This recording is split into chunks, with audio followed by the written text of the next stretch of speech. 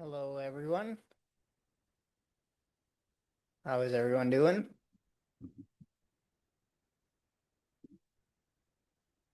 Hopefully, great. Sorry, I'm a little behind schedule, but we'll get started in a couple minutes. We'll give it a couple minutes for everyone to jump in and come into the webinar. Hoping that everybody's doing great. Welcome to the webinar series where we want to help other contractors. I used to be a contractor. My name's Ronak Shah. Some of you guys might have met me. Some of you guys know me. My goal is to create a space where we help other contractors. When I started as a contractor, I was kind of lost, right? And nobody taught me what to do, how to go about doing it. And it was basically just trial by error and trial by making mistakes and learning from all the mistakes that I've made. And honestly, I've made a ton of them, right? As a first-time business owner, and um, first time FedEx P&D contractor. It was mostly like, hey, you learn from making mistakes and there's no handbook given to you as a contractor. And they're like, hey, here's 19 routes, try to figure it out and see if you can figure it out pretty quickly, right? So wanted to basically get to we started this series to help other contractors to see how we can create like a community to help all the folks that have joined and wanted to see if we can create a safe environment where we can learn from each other, and hopefully you guys can learn from the mistakes I've made and you don't have to repeat it. Honestly, when I first started, I was told a thing where I look back and I'm like, this was definitely not true, and it was very naive of me. I was young and dumb. So I was told that you buy these routes and they're very self-sufficient. They run on their own, and you basically don't have to worry about it. It's kind of like a mail in the check, right? Which is not even a fact. So, want to create a go-to place where everybody can learn from each other. Wanted to just let you guys know if you have any questions at any point. There's a chat feature. Please put your questions down. Want to make sure that every question is answered in a timely manner. I will give it a place where you can actually at the end of the webinar, you'll be able to do it. Looks like somebody's already raised their hand. Please go ahead, Ryan. I guess you can see if uh, you guys see a chat feature on the bottom, correct?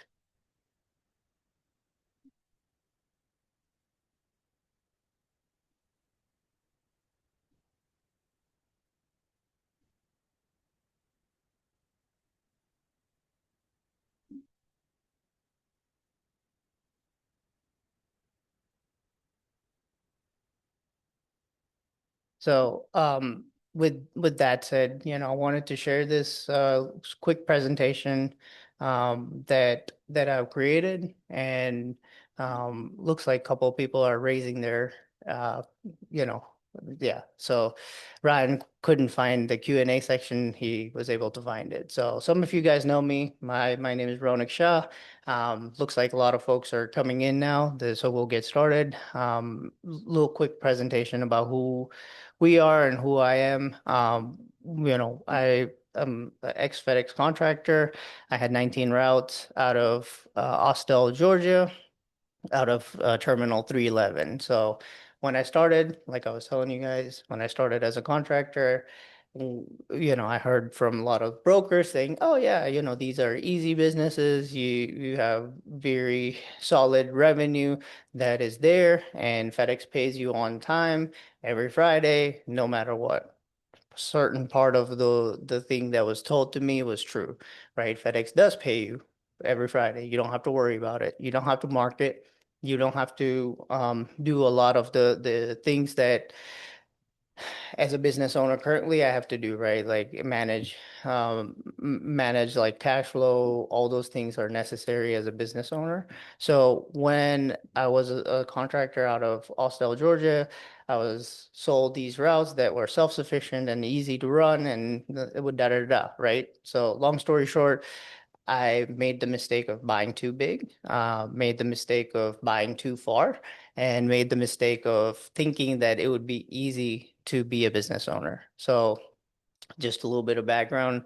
I was a contractor out of Austell, Georgia. I bought my routes like end of uh, 2019, beginning of 2020, just before COVID. Stood up on my routes, and all of a sudden, like a flip of a switch happened, right?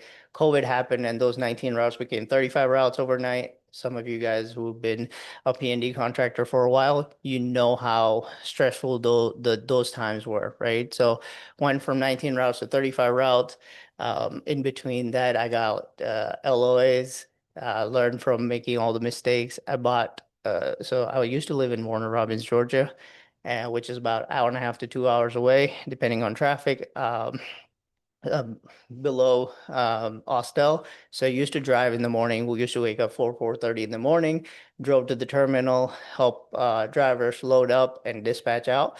Realized pretty quickly, hey, even though I'm young, this is not sustainable for my body, right? This is not going to work out. This is not how this will be. So I was given basically no playbook, and I was trying to figure it out as we go along with my wife. So um, basically, no playbook, no support, just figuring it out by making all the mistakes. This is some of my team members. We took a picture when we had stood up, and at the end of the journey, I sold my routes with three different parts of the CSA with three different owners. And the last part we sold was in July of 2022. So, why listen to me, right? So I was a former contractor, like I just told you guys. I was able to successfully scale from 19 routes by making a lot of mistakes and learning from it to scaling Ansile Services. I'm a founder and owner of Ansile Services. We founded this company where we started recruiting. And we've now recruited over 1,000 contractors across 48 states with 6+ years of providing great service. I was just invited for the panel on the FedEx Vendor Marketplace, which just happened in July. Some of you guys were part of it, some of you guys weren't. So wanted to share what were the updates, the main things that were talked about, and what we can do to ensure that you guys are peak ready, right? So peak is, as you guys know, only 4 months away. Believe it or not, we're already in August.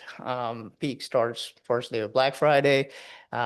We have less than 4 months actually. So Ansel has become #1 recruiter in FedEx space due to solving the problems, same problems you guys are facing. A little bit of background.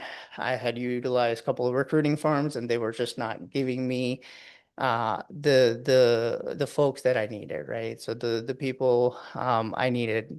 One of the recruiting firms actually sent me a nurse who was in the peak of COVID, right? Who was 105 pounds, and I'm like looking at her, and I'm looking at this. I'm like, well, you've been a nurse. Like, why do you even want to deliver packages? This makes no sense. So I was super mad, and I said, you know what? I need to do this in-house. I didn't have enough people, so we took it in-house and, long story short, 6 years later, we're the #1 recruiter in the space. So, um, and then, like I said, I made all the mistakes, bought too big, bought too far, was sold this dream of like, oh, this is a paycheck and money in the mail kind of thing, and then realized, hey, hold on, this is a lot of work. This is full on execution. So when think about FedEx contracting space, I think about it as a three-legged stool. One leg is you need trucks. Second leg is you need drivers, and third is capital. How do you allocate that capital? So I always say this is a three-legged stool. And as contractors, these three legs are very important. How to utilize the capital to ensure that either you're utilizing it on people or how you can manage your fleet, right? Having fleet management. maybe on the line haul side, maybe on the P&D side. It doesn't make any of a difference. So these are the three legs. You have to execute what FedEx gives you, right? So FedEx gives you, when you think about it, FedEx gives you a budget. Well, we are given a budget when you sign the contract, you know how much you're making per stop or how much you're making per mile, whatever the case may be, you know what your mesos are. So as as contractors, you have to live within that budget. And how do you utilize that budget to ensure you have a team that makes you successful? And how do you incentivize those team members? That's very important. Also, your trucks. How do you utilize the budget to ensure you have a good fleet and good fleet management? Because if you don't have a good fleet plan, you will not be successful. So you need good trucks and you need great people.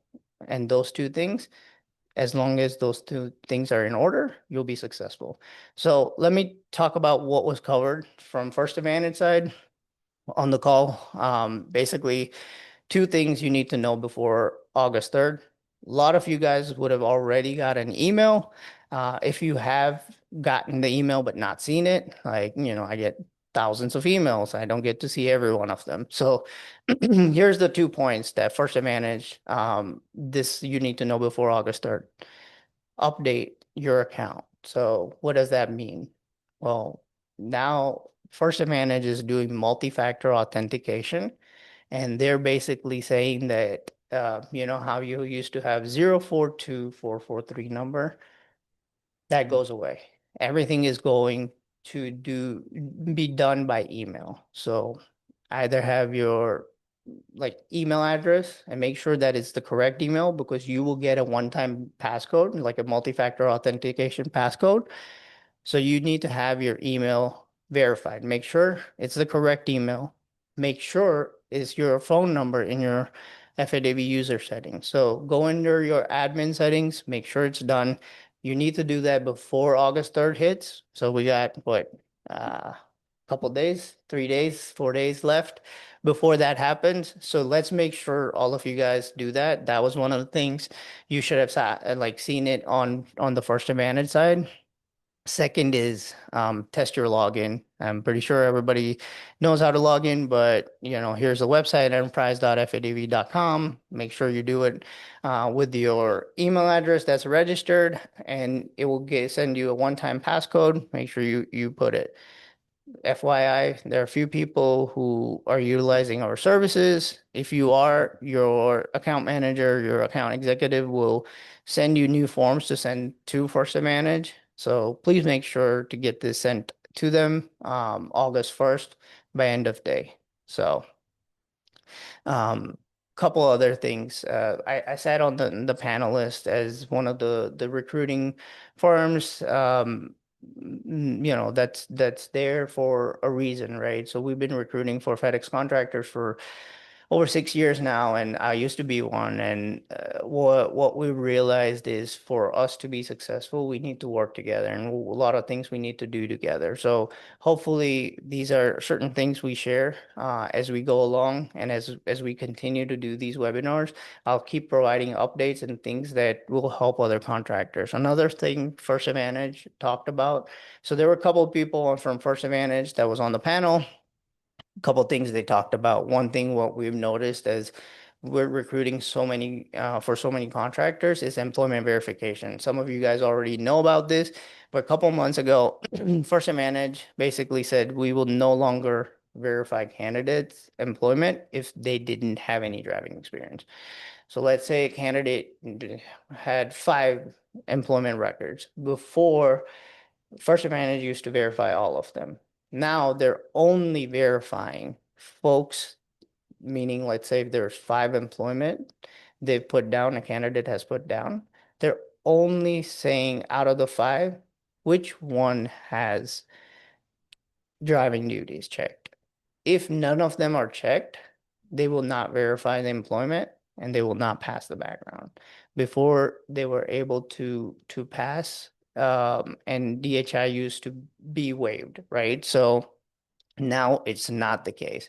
So a lot of times what we've seen is what this is causing is a lot of the candidates are stuck in background for a longer time. So if you're seeing that, a very easy way to fix this is before you guys place an order, make sure at least one of the employment has driving duties checked. Otherwise, none of the employment will be verified.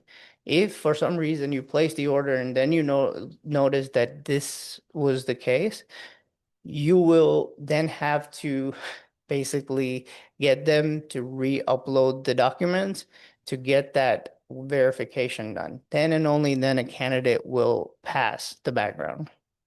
Another, so like I said, there are two updates that, yeah, First to Manage shared other than the multi-factor authentication. Self-employment. So good news, guys. By September, candidates will not have an option to pick self-employment, which will help speed up the background process. So a lot of times these guys were putting self-employment, and there was no way to get them verified. Then you have to just basically, get them to print out all the documents, re-upload. So this is one step FADB is taking, First Advantage is taking that will help contractors, which is great news, right? So we don't know the exact time frame. They said by September, the candidates will not have the option to pick self-employment. So thank God for that, right? And thank you for thanks First Advantage for that. So this is great.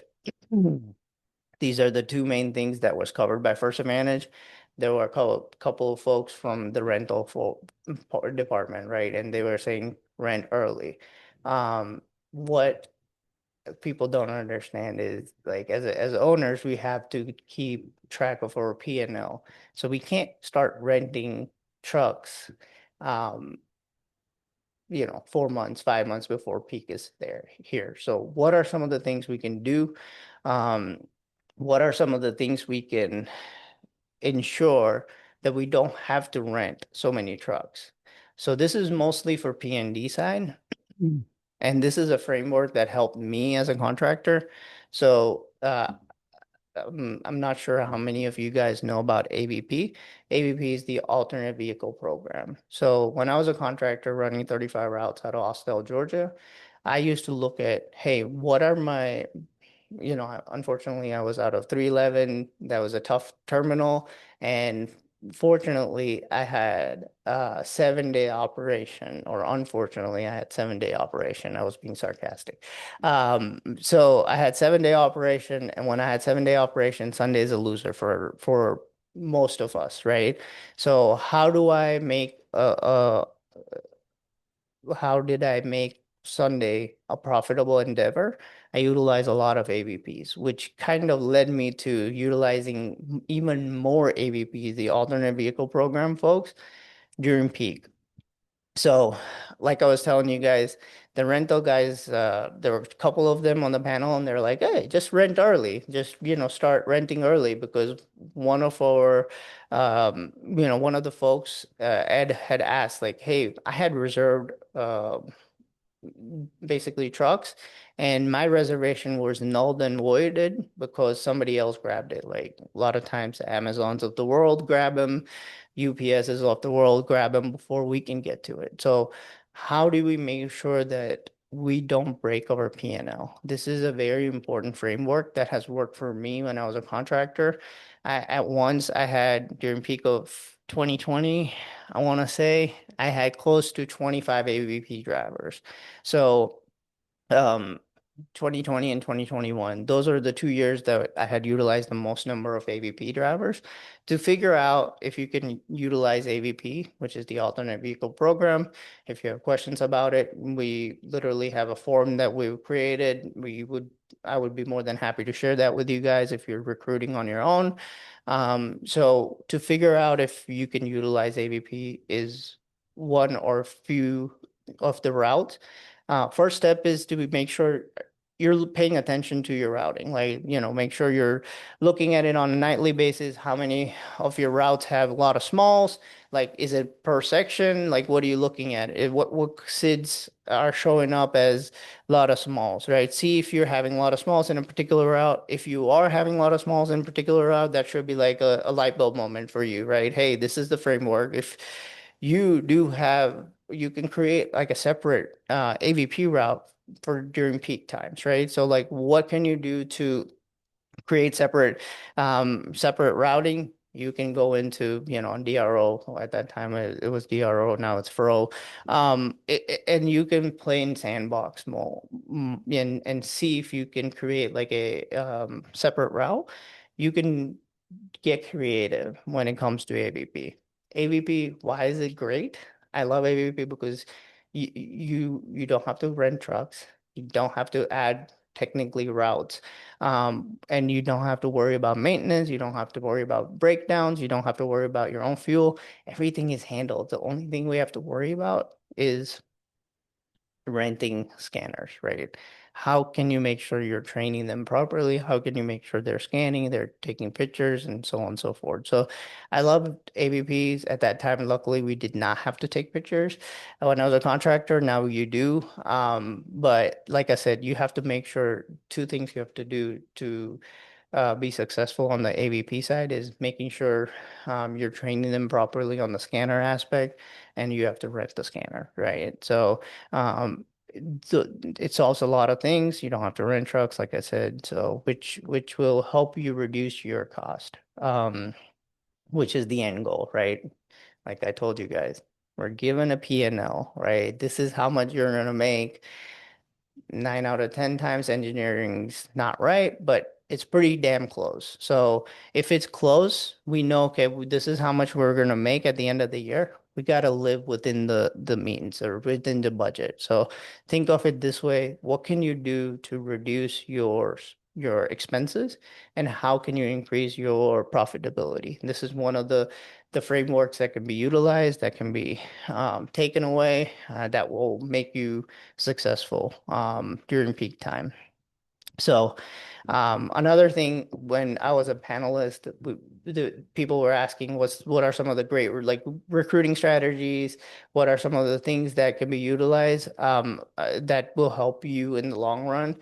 I have been the biggest proponent. I always keep saying recruiting, the best form of recruiting is retention. How do you retain your drivers that are performing well, and how do you replace the ones that are not, right? How do you make sure that you get those folks that are doing well, keep them with you, and make sure they have the right incentives aligned? So couple of the frameworks I had talked about, and I'm going to go over it. I had done another webinar series a couple months back, and we had talked about, why retention matters. What are some of the things you can do to be successful? And what is this peak going to bring? So before I go into that, I wanted to talk about what FedEx said, right? So at the end of the call, once the panelists were done, FedEx talked about, like one of the directors of FedEx talked about what they've seen in the past. If there is a good peak, right? Last year for FedEx, 2025 was a good peak, and contractors did well, meaning, on the service level, we delivered at the level their FedEx is wanting.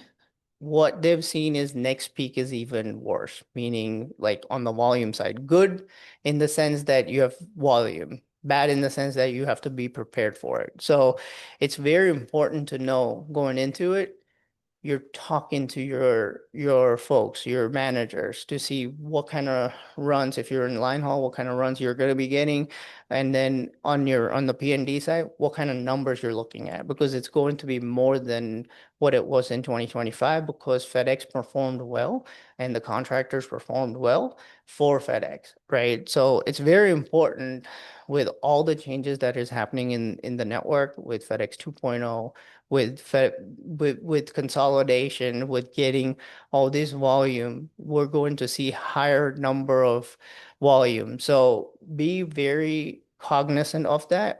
Understand that this peak is going to be higher than last peak, and the numbers, you need to be talking to your terminal managers, understanding what's coming down the pipeline. So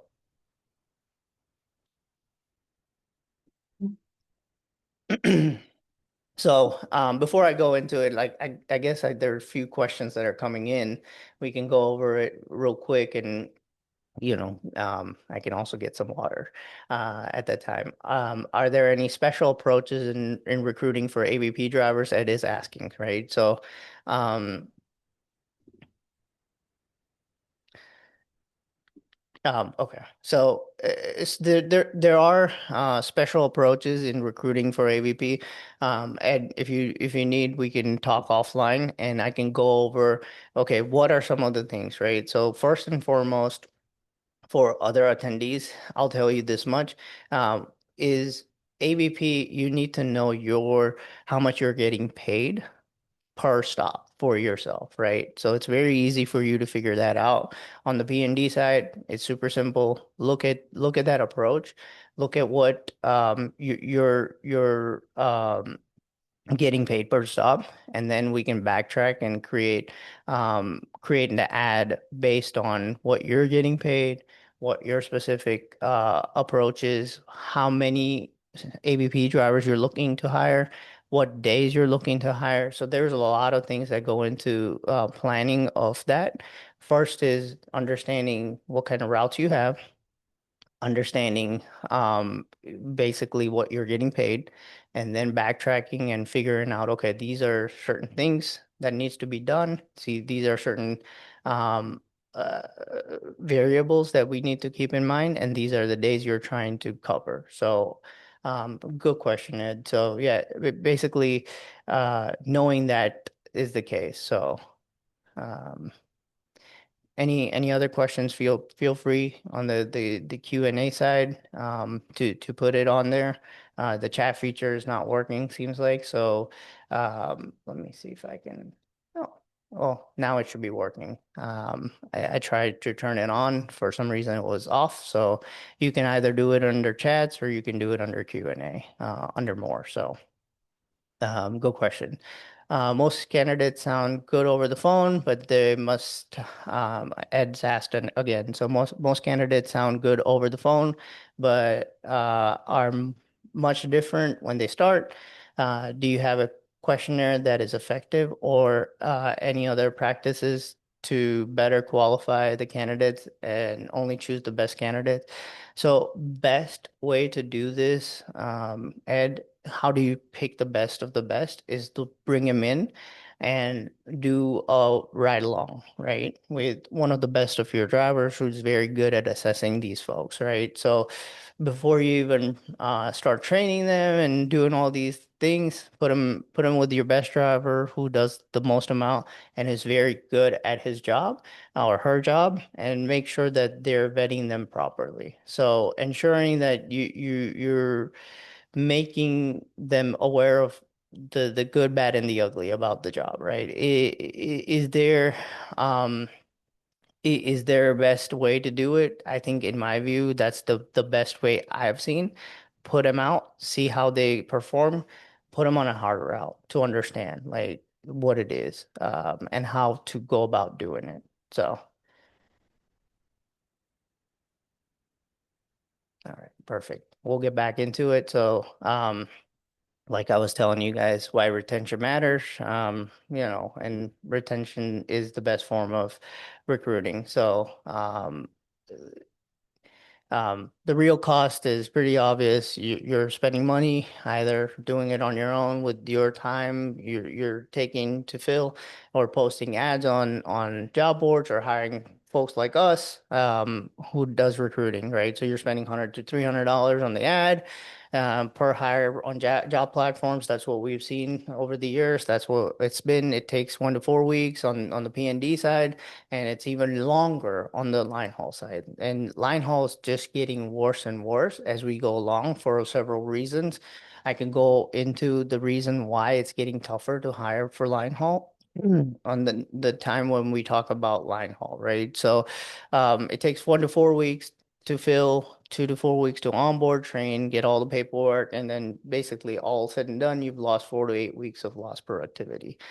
Not sure if ever anybody in here is line haul. But if you are, you're seeing the cost getting higher and higher, and the time taking longer and longer. So there are three factors that is going on the line haul space that is causing the market to be so tight. So it's number one is the current administration tightening the laws. So a lot of the folks who are not like their English is not good and their visa situation's not perfect, they're coming off the market. So I always hear like, how does that affect me? We never used to be able to hire those folks. Well, think of it this way. It's a supply and demand situation, right? So when the supply goes lower for drivers, so small business owners were able to hire these folks that were just, on the fence. Now they can't. So the supply of the drivers has gone down. The demand for the drivers has gone up by those small business owners who are like, hey, if I don't cover my runs on the line haul side, I will lose my lanes with my current driver, I mean, current customer, so I'm paying higher. Now, that is causing a wage war, right? Where the wages are going higher and higher. For smaller businesses, they cannot afford to not have a driver in a truck. So they're paying higher for those premium drivers who before was not the case, right? So basically it's taking longer. So 2 to 6 weeks is technically on for like solos unassigned runs at night, and then it's 4 to 8 weeks for the team runs, which is like well run. So it's taking longer. So like I was telling you guys, number one was the current administration like tightening up the laws and regulations. A lot of the folks who were on the fence, they didn't have good situation on their visa. They're coming off the road. They're doing more of like Uber stuff or DoorDash or stuff that's, local, and they're not going on the road. Second is the current age, right? So a lot of the driver core or drivers who are older are coming off the road. They have a CDL, and their younger generation folks are not taking these roles or these jobs, which is causing again a shortage in driver. So there are two ways the shortage is happening, which is causing, like I was telling you guys, the driver wages to climb. And a lot of these guys are getting fringe benefits and giving a lot more money to have, which is causing higher turnover. So as we go into this market in peak, it's only going to get worse before it gets better. So it's very important as a business owner, as a AO, as a BC, as like I was saying, recruiting is one aspect, but retention is the best form of recruiting. So like, how do you make sure these guys are feeling like they're heard? How do you make sure you talk to them? How do you make sure they don't just go to someone else for 2 cents extra or $5 extra? So a lot of times we forget these guys are humans, they want to be heard. They're your employees. If you take care of them, they'll take care of you and your business. And that's always been our motto even when I was at Routewise Logistics and even at Ansile Services. We take care of our people and our people take care of the business. And it's always been the case. It has paid tremendous dividends. So it's very important to look at your turnover and make sure that you're always consistently going in the right direction, which is down. Your turnover should be coming down because it costs you a lot of time, effort, and a sleepless night, unfortunately, to cover good employees. So when you find good ones, when you find your rock stars, make sure you keep them happy, make sure you keep them engaged, make sure you keep them with you, because that will take you and make you successful at the end of the day. It's not good for my business currently, but it's the right thing to do, and it's honestly the best form of recruiting. So retention, another quick tip and quick nugget is I used to have referral bonuses. So when I was a contractor, I used to tell my employees that, hey, if they're good employees and they refer someone and they stay with me for 3 months, I'm giving them $300 after they stayed for 3 months. If they stayed for another 3 months, so 6 months total, they get total of 600, so another $300. So a lot of times I was getting a lot more referrals than other contractors in the building because they knew, okay, Ronak and his team and the managers take care of us as employees. They care about how we feel, how we do, how we're doing, so on and so forth. They would bring more folks in. So I was getting a lot more referrals than any other contractor in the building, and that speaks to how you take care of them. Incentive is one aspect. Yes, money is, mostly the reason why we do things, right? So, but it also is like when somebody's referring you folks and they're referring them and they're staying with you long term, you're taking good care of them. Your managers are taking good care of them. You have a good culture. So making sure that taking care of your employees is top down, not bottom up, meaning like you're always it's always on your mind. You're always thinking about your employees. You're always thinking how you can make it easier for them to do their job, and then obviously move out of the way to ensure that they do their job. Align the incentives in a way that they're taking the right steps and not taking shortcuts, and not only looking at getting stuff done quickly, right? So, one framework that helped me as a contractor go a long way was the birthday bag framework. Basically, every year on each of our employees' birthday, we used to give them a bag. And I cannot take the credit for it. My wife used to do this, and she did it for every one of our employees. At a given point, we had 65 employees in the peak of COVID. So we had 65 employees and we used to have birthdays that were happening like, twice a week, maybe 5 times a month, whatever the case may be. So she used to take care of it. She used to create a bag. She had like a whole registry of folks when their birthdays are, what it was. Then she would write. My handwriting's horrible, just an FYI. So she used to have like she has a beautiful handwriting. She used to write a note. And she was very specific. So she would ask me specific stuff about this person. I would give her the specific stuff, and then she would write a little note saying, yeah, we really appreciate what you're doing, da da da. Like this is something special. I hope this little gesture or this little gift card you can buy something for your daughter. So if they were family members or whatever the case may be, they can buy something for them, and that gets it to the next level, right? So we would always give them a $25 gift card, either Amazon, Visa, or local spot they used to like. So it was not big or like huge, but it's those small things that matter most, right? So and my wife is an amazing cook, so she makes muffins. So she used to bake fresh muffin for the driver and make sure that they used to get that. So like every birthday, this bag saved us a lot of the employees because they saw other folks not doing anything like that, and they're like, hey, these guys care, these guys want to help, and we always used to give them a water bottle and a Coke bottle, and that went a long way. The small things matter the most at the end, and at the end of the day, people, you catch more flies with honey than with the stick, right? So like we used to take care of it that way.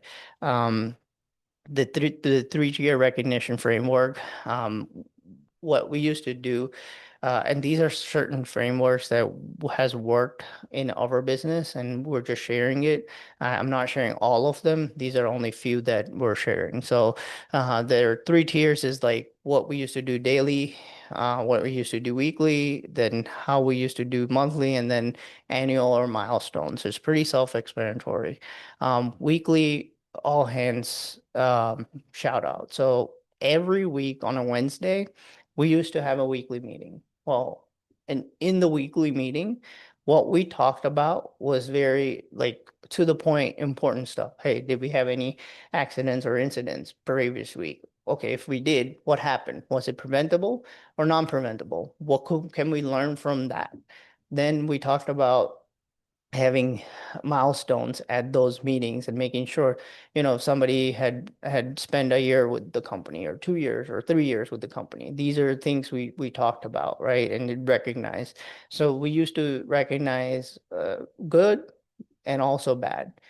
In those recognition, we also talked about like the driver of the week, someone who was doing great, had the highest stops per hour without having any safety or accidents or incidents. So these are small things that go a long way. So like daily, weekly thing that just didn't cost anybody anything other than some time that you're putting in, right?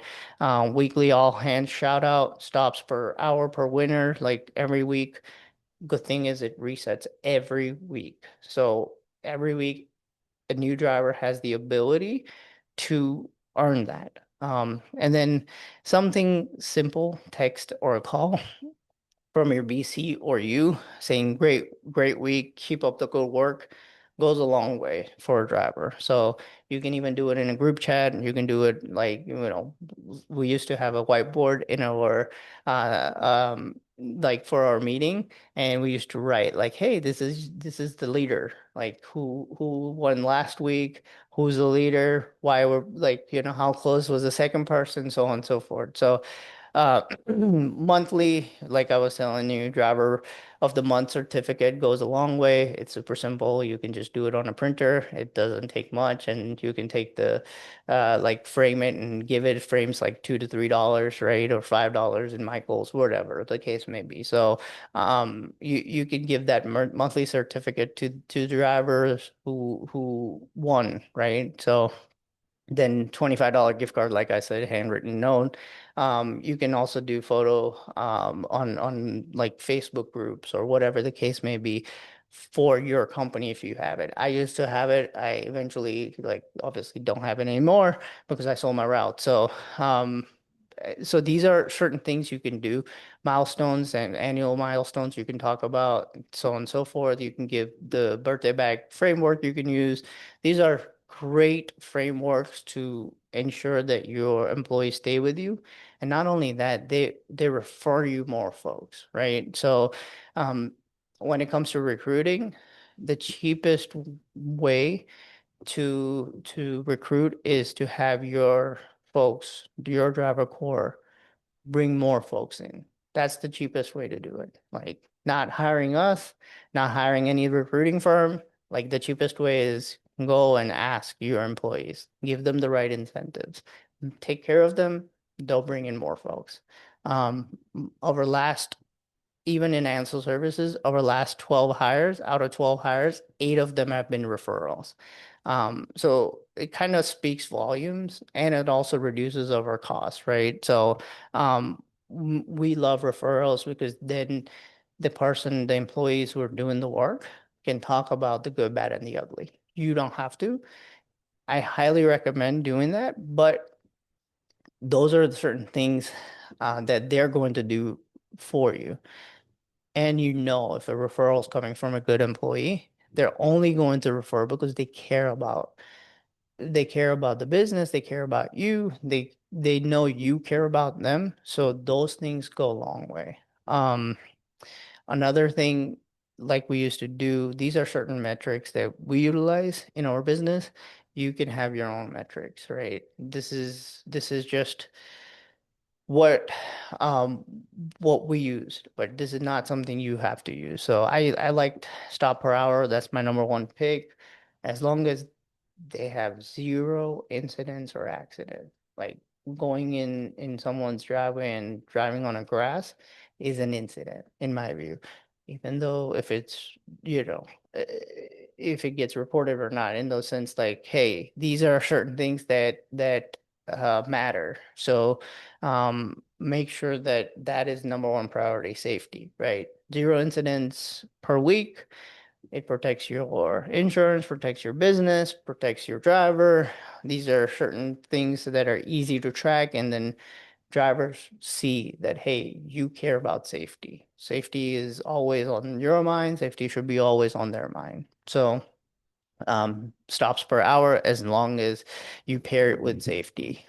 You want to make sure that they don't have any incidents or accidents, and you can recognize that hey, you're the employee of the week, employee of the month, whatever the case may be. I used to do it weekly because I think weekly recognition, it kind of brings out like the best, and competition is really good, right? So competition, people like to compete, people want to show up, people want to do one better from another one. So it's very important to do it weekly in my view, and do something that resets, and it doesn't just reward one person but has the ability to reward several. If everybody does well, then it just, at the end of the day, makes your metrics be better, and so on and so forth. So attendance was the other thing. Is this person showing up consistently? Are they showing up on the days they're supposed to show up on? Are they calling off? If they're calling off, you don't want to recognize those folks. You want to recognize good behavior. You want to incentivize good behaviors and make sure that they take care of your business and you take care of them. So, longest tenure, I always, like to have a shout out when it comes to 6 months, 1 year, 2 years. We keep doing these things, right? This is not rocket science in my view. These are things you have to be able to slow down and do. And you might think, oh man, I don't have time to do this. But this will, in the long run, save you a lot more time, money, and effort in in the long term, right? So you make it a process, you make it a weekly thing. Initially, you have to take the initiative, but you can then bring your BC in the fold who can run the process. So at the end of the day, if you're able to make a simple process and a weekly thing, then it runs automatically and it feels like, oh, okay, this is something we do every week and this is very important. People are engaged and people respect that, right? So for line haul contractors, like on-time departure, on-time arrival, like stuff that's easily visible, like visible, weekly resets. It's fair. Like I said, it doesn't, zero incidents per week, safety focus. Like you always want to incentivize safety because it takes a lot of money out of our budget and out of our business, right? So run coverage rate, longest tenure, making sure like same things, right? Do's and don'ts, be specific, name the driver and the achievement, be consistent. Like I was telling you, we used to do weekly meetings. We have daily huddles. Daily huddles used to be just like a 10-minute huddle, be like, hey, are we set up for the day? Boom, we're done, right? Um, be consistent, same time, same cadence every week, make it public. Private praise is good, but doesn't have the same effect as like, hey, I'm recognizing Ed, I'm recognizing Ryan, I'm recognizing whoever, right? Like they did a great job. They're here every week. They're showing up on the days they're supposed to show up on. That goes a long way, right? So make it public, make it visible so other folks want to achieve that. Tie it with real metric, not just a vibe or favorites. Like I was telling you, pick a metric that resets week in, week out, that then everybody knows, okay, these are the metrics that, XYZ company is following, and they know, okay, this is what I have to achieve, or this is how I have to achieve these metrics to be recognized. Um, and make sure it can, let them earn it, right? I don't believe in this culture of like, hey, participation trophy, right? Like hot take. Like, no, I didn't grow up in an environment that I got a participation trophy. Like, yes, attendance is great, but it's not a participation trophy because you're not only attending and you're here to do the job, but you get the job done well. So like you tie it in and you make sure that they can earn that. And it's something that's earned is more respected by folks instead of just handing it out, right? So make sure, like I was telling you, reset it weekly so everyone has a shot at every week and it seems fair. The don't give same person the same achievement every week, like it kind of defeats the purpose, right? Don't do it inconsistently, only recognize when someone's about to quit, like that's already too late, right? So one time I quit my second job when I used to work at Landstar, D Daniels agency, and I was like, "Hey, I'm putting in my 2 weeks notice." And at that point, they're like, "Oh no, we're gonna raise your salary." I'm like, well, it's kind of too late. I already took my next job, which was at Frito-Lay, AFL Transportation, PepsiCo, right? So, it's kind of funny if somebody is putting in their notice and you're trying to save them, it's already too late. Like, make sure you are having that touch point, you're having that weekly cadence or monthly cadence or whatever the case may be to have that touch point. At the end of the day, they're humans. They're working for you.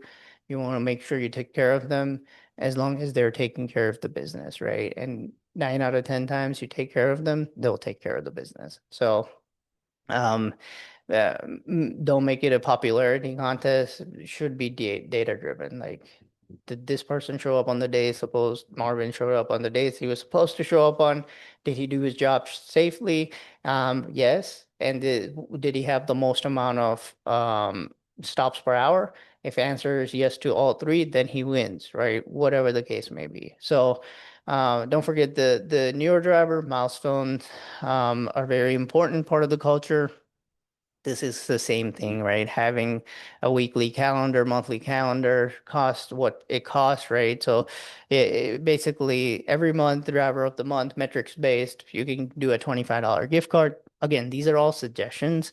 You can do whatever you want to. This is your business. Like as long as it doesn't break your P&L and it helps you in the long run, that's the end goal. Like this is just all these are suggestions. What we used to do can be completely different than what you want to do. But this is what has worked for me in my business. And like I said, the birthday bag that was the best thing. Like that was the best framework, and hence I highlighted it. And then the weekly thing was the other one that actually worked really well for us as contractors. Um, so basically, schedule your weekly meetings of like set a recurring 10-minute meeting. Like I was telling you, every morning we used to be like, hey, how does your day look like? Is the loaded your stuff right? Usually answer was no. But what can we do to help you be more successful out there, right? These are certain things that trigger their conscious brain and unconscious brain to be like, oh yeah, I need to be focused out there. I need to do this, right? For me, I used to do my meetings every Wednesday, like rain shiners or snow, which we barely got like 5 times total in Austell area when I was a contractor, right? So build your birthday bag list. It's super simple. You can just get your data, see when their birthdays are, just buy gift cards in bulk from wherever, Kroger, HEB, wherever. Like they have deals going on, points. You can collect points, and okay, these are things that you're going to use, right? So um, that birthday bag has probably yielded the best outcome for us as a contractor. Again, I cannot take the credit. My wife was the one who used to do all of it, but I'm so glad she did, right? Um, Send in personal and thank you notes, like those are the things. Again, keys to success for peak 2026. It's two main things: have enough trucks and have enough drivers. That's it, right? It's pretty simple enough. So, with that said, what questions do you guys have for us or for me?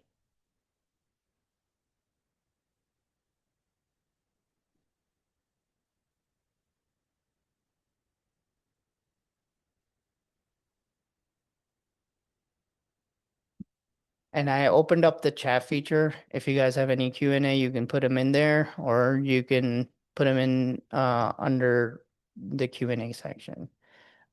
If you guys don't have any questions, feel free to reach out. Um, thank you again for taking out the time. Hopefully, this has been helpful for a lot of you as a contractor. The end goal is to provide free education, free webinar services, free things that will help you become a better contractor. I wish I had had someone to help me when I was a contractor. I felt like I was drinking from the fire hose when I first started, and it took me 6 months to get my feet underneath. So one of the questions I'm getting is from Gary. Did your drivers come in early for Wednesday meetings? Yes. So I used to usually have them come in at 8 a.m. normal days. So I would tell them to come in at 7:30 a.m. And I used to give them, so Gary, you always want to incentivize. Chick-fil-A biscuits go a long way, man. Like give them biscuits and make sure that they come in, right? Chick-fil-A sandwich, biscuit, whatever, right? So Wednesday used to be that type. Sometimes I would bring in donuts and pass them around. So yes, I would call them in 30 minutes early.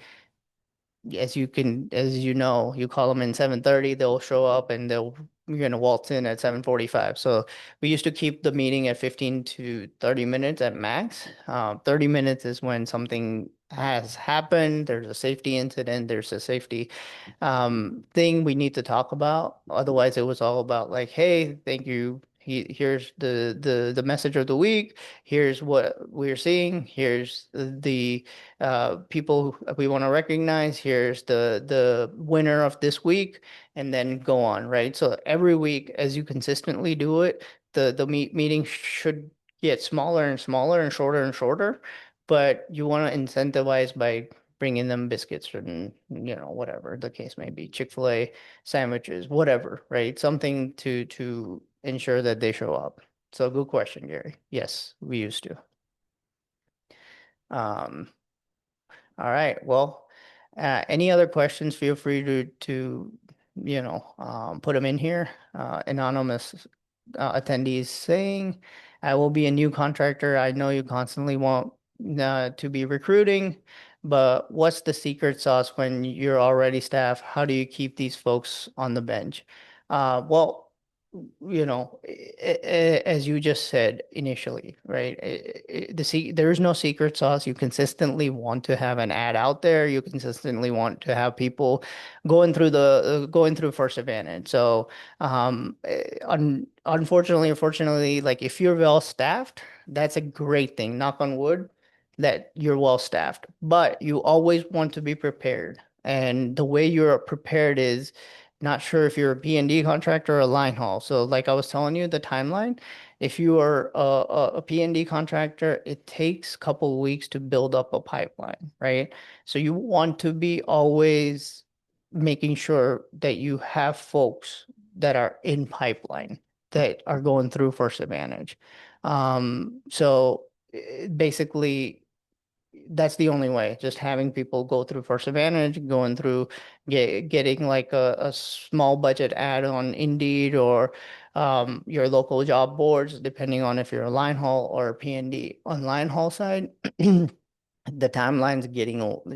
It unfortunately keeps increasing.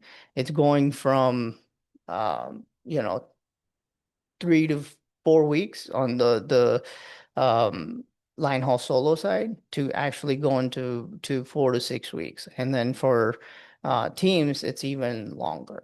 So it's like 6 to 8 weeks. So it's great question.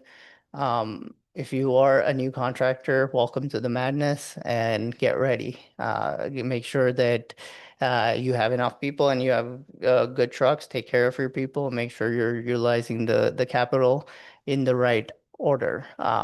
And before you sign on the dotted lines, make sure you've actually verified your trucks, meaning like you've gotten a mechanic and you actually had a mechanic come in and inspect them. That's a third party mechanic you can trust. You can basically you can trust your mechanic and he or she will give you the right guidance.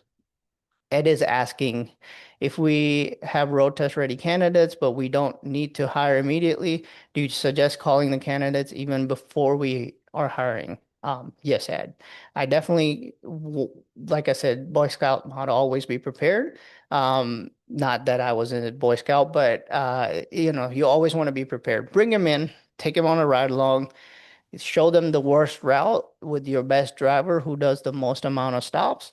And show them this is what it is to be a FedEx delivery driver or Ed is a P&D contractor. So make sure you do those things. Ask your BC for them to take them out to see and judge what kind it is.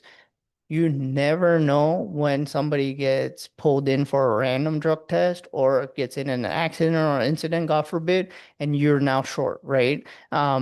Even though a lot of the folks know that there's random drug test, they fail them. Like it's a known thing, and unfortunately, that is the case. So you always want to be prepared. I would always bring him in, and then if you're too full, there's always someone who needs it. You can be like, hey, I don't need this person. You help your fellow contractor out. They will return the favor when you're in need. So, good question. Um, with that said, thank you guys for taking out the time. Hopefully, this has been helpful. We'll continue this once a month, and look forward to seeing some of you guys again. Thanks again, guys. Bye.